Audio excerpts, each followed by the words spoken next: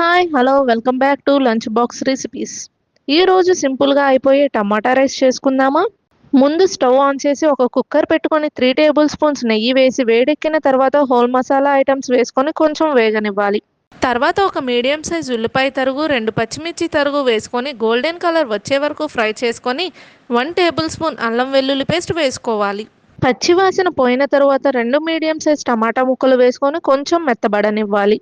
తరువాత తగినంత ఉప్పు, కారం, కొంచెం పసుపు, ధనియాల పొడి, జీలకర్ర పొడి, కొన్ని జీడిపప్పు వేసుకొని కొంచెం నీరు పోసుకొని అడుగంటకుండా చూసుకోవాలి.